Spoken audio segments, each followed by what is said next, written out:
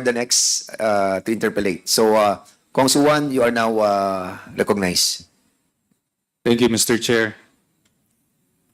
So I have a few questions for former Senator Trillanes. And this is to piggyback on some things that Congressman John Flores said earlier. So Senator, you mentioned a certain Sami Oui from Davao. How do you know him?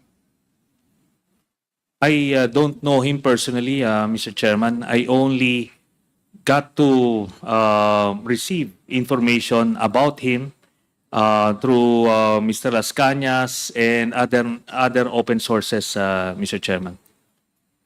So you don't know him personally, only from Mr. Las Cañas? Yes, Mr. Chairman. Okay. Because I've also heard about him, and he's supposed to be the brother-in-law of someone from Cagayan de Oro City, if it's the same person. And you also mentioned earlier that he's part of this triumvirate of drug lords, including Charlie Tan and Michael Yang. Yes, And- Mr. Chairman. And then you said that there is this new paradigm that you kept mentioning. Would you care to explain this new paradigm in relation to this triumvirate? No, only in relation to Mr. Sami Uy, Mr. Chairman. Because Okay.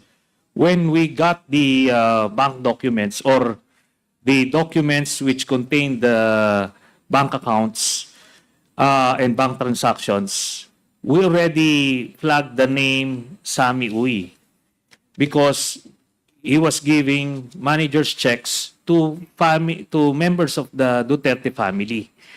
But back then, we were working on the assumption that Duterte was not involved in illegal drugs back in 2016. So we were looking for other possible sources of these funds. So we Excuse found, me, sir. yes, Mr. Chairman. These funds which you saw supposedly from the bank accounts of the former president. Yes, Mr. So back in 2016, you already had information that there were amounts of money that were being deposited in the former president's accounts? Yes, when I got those documents during the latter part of the campaign in 2016, and when we analyzed it and we studied it, so the name of Mr. Sami Uy kept on coming out. So, but because of that paradigm before that Duterte is really against illegal drugs, we never assumed that the monies are coming from illegal drugs. However, when Mr. Las Cañas wrote So his before affidavit- Mr. Yes. Las Cañas appeared and Yeah. made those damaging allegations, Yes. you thought that they were just campaign funds? No, Mr. Chairman, because the dates do not match campaign periods. Every 6 months from 2011 to 2013, and the other members of the family. So it won't match because even the non-candidates were receiving money as well, Mr. Chairman. But we were looking for possible sources of these funds. So we were assuming probably illegal gambling, illegal mining, and other illegal sources, because no business can possibly justify that large amount of money as dividend every 6 months, Mr. Chairman. But I think he was a known businessman in Davao at the time. Yes, Mr. Chairman.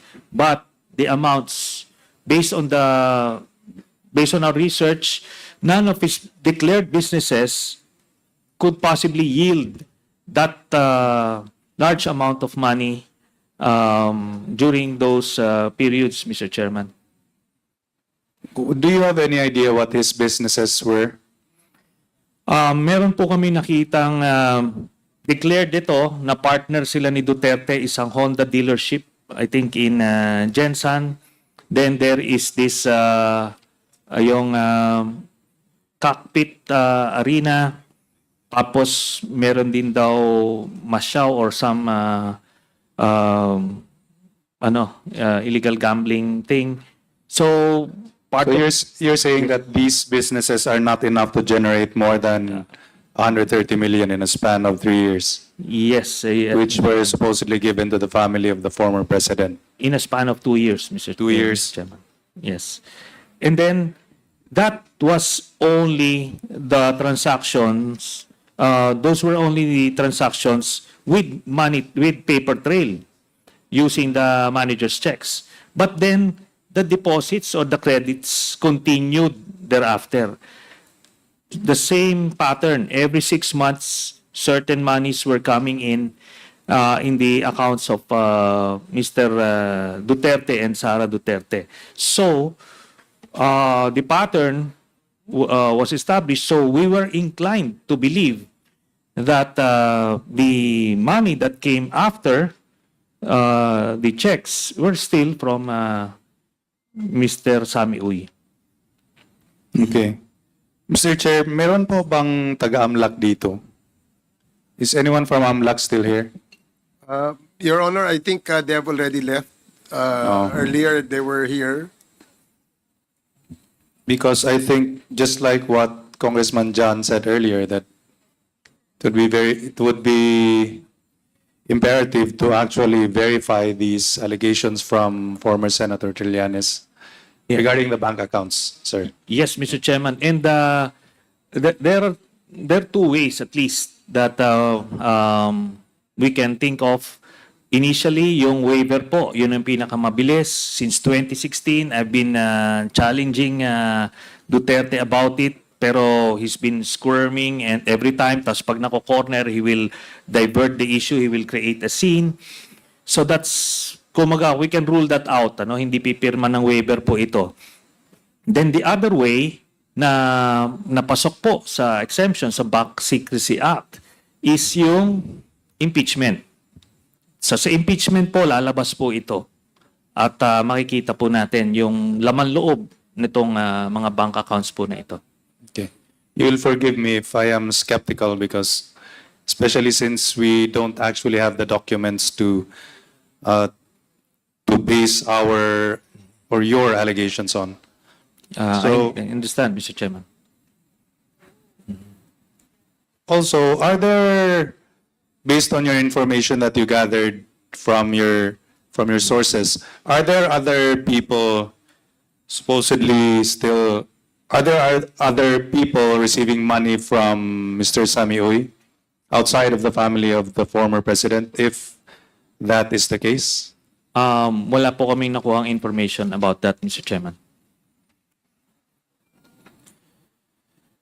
Mr. Chair, I think we also need to check with the SEC or the DTI or the BIR regarding the businesses of Mr. Sami Oui, so that we can verify the allegations of former Senator Trillanes. Mr. Chairman, we might as well include the properties of Mr. Sami Oui. At we also got information that siya rin yung mga nagtatago ng mga ibang properties ni Mr. Duterte.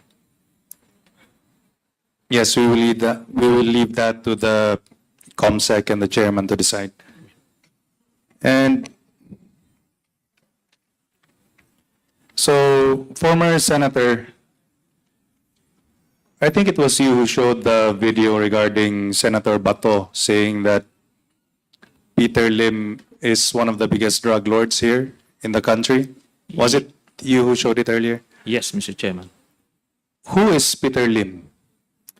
Well, the first time I heard his name was when he was being identified as one of the drug lords linked to Mr. Kerwin Espinosa. And during those hearings, I asked Mr. Bato de la Rosa, who is the biggest drug lord? Because as the PNP chief, who is the primary implementer of the war on drugs of the president, he should know the enemies that he's after. So ang sinabi po niya clearly si Peter Lim, Mr. Chairman. Peter Lim. Would PIDEA have details about this personality, this Peter Lim? We will check, Mr. Chair. We will check on our records. Okay, thank you, sir. This is another question for the PIDEA. Has he ever been a subject of any report or investigation on your agency, from your agency? The same, sir, we will check with our records. From the top of your mind, you don't know if he was ever in your radar or was he ever investigated? We still don't know about his participation, but we will dig with our records with the Region 7, Mr. Chair, because it was mentioned here that he's from Cebu City, Peter Lim. So you don't currently have anything to share right now about Mr. Peter Lim? None, Mr. Chair. Okay. May I know if there is any reason why he has never been a subject of investigation from the PIDEA, considering that Senator Bato himself, when he was the chief PNP, said that this is the biggest drug lord in the country? I will not say that there is no report, sir, but we will check on our records. Because that was, I think, 2016 or Okay. 2017. I understand.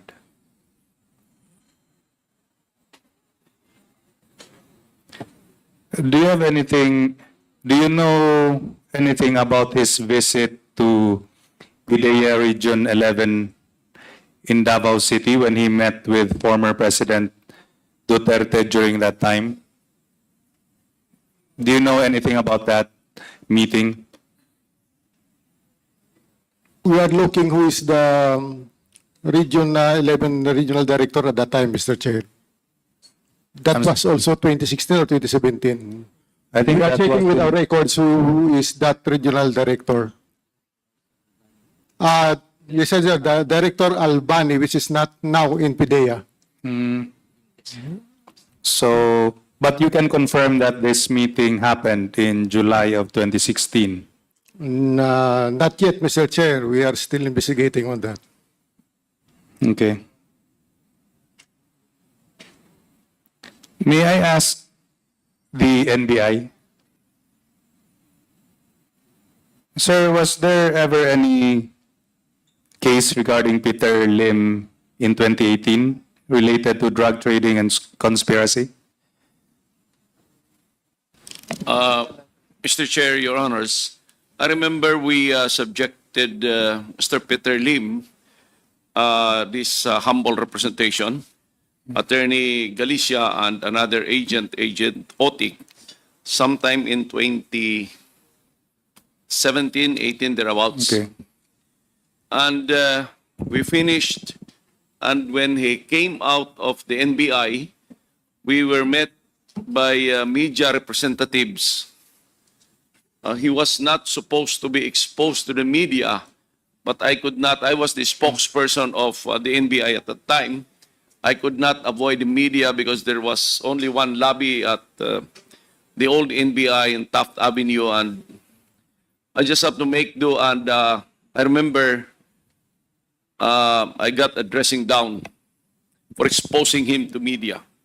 Dressing down from whom? I remember there was a call the following day from Malacanang. I do not have the number. I could not get the details of the caller. It says just call on my phone. Why do I have to do that? It was totally unnecessary. How do you know that it was someone from Malacanang? I remember it was from the Presidential Communications Office. And but before I went down to the lobby of the NBI, I sought clearance from my director, Director Dante Giran. If I have to answer the media, he said, go ahead.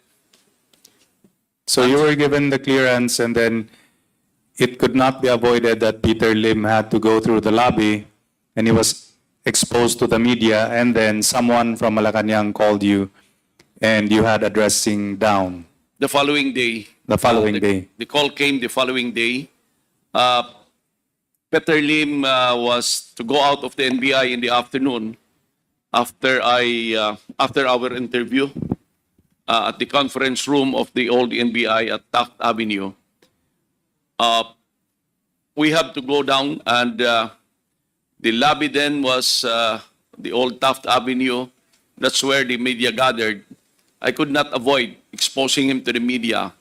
I remember I only answered very few of the media questions. I said, you better ask him.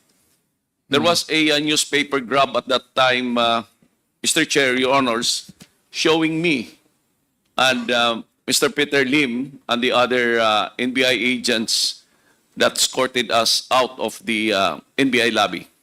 What happened to Mr. Peter Lim during that day? Was he released? Yes, Your Honors, Mr. Chair, because he was not under arrest.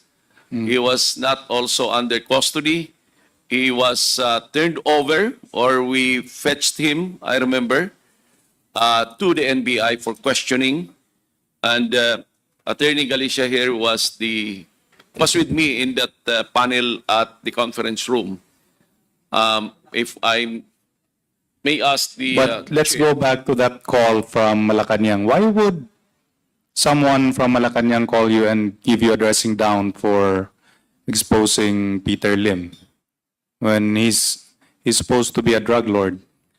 I can only surmise, Mr. Chair, that my handling of exposing him was not appropriate at that time, considering that we have not filed a case or we have not completed the investigation. But again, I will honestly tell this commission that there was no way for me to avoid the media crowd gathered at the lobby of the NBI. What could have been the reason why, in your opinion, someone would call you from Malacanang and berate you for the way that you handled it? Mr. Chair, Your Honors, that may have displeased them. Or to their displeasure. Again, Why would it displease someone from Malacanang? I do not want to speculate until this time. It still bothers me, but I just have to do my job, and I have to yield to them, Mr. Chair, Your Honors. Was that the last time that we heard of Mr. Peter Lim? That was the last time, Mr. Chair, Your Honors, that I saw him at the NBI grounds. Okay. Thank you, Mr. Chair. No more questions. Okay. Mr. Chair, Thank you, Congressman Suwan. Yes, Congresswoman Jinky Luistro. I wish to direct this question to Senator Trillanes. Senator, of course, it is very much apparent that the former president has this animosity